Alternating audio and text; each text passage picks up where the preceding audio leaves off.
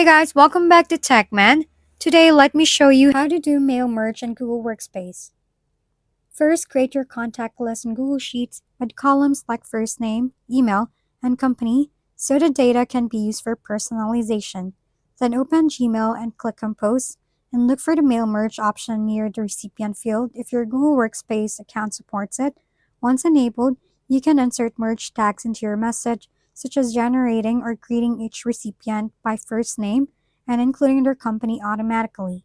When you send the email, Gmail replaces those tags with the matching data from your spreadsheet, allowing personalized messages to each contact at scale.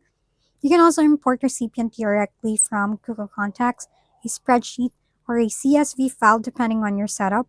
If you don't see the mail merge feature, it likely means your account type or plan doesn't include the built-in Gmail mail merge tool, which is only available on certain Google Workspace plans.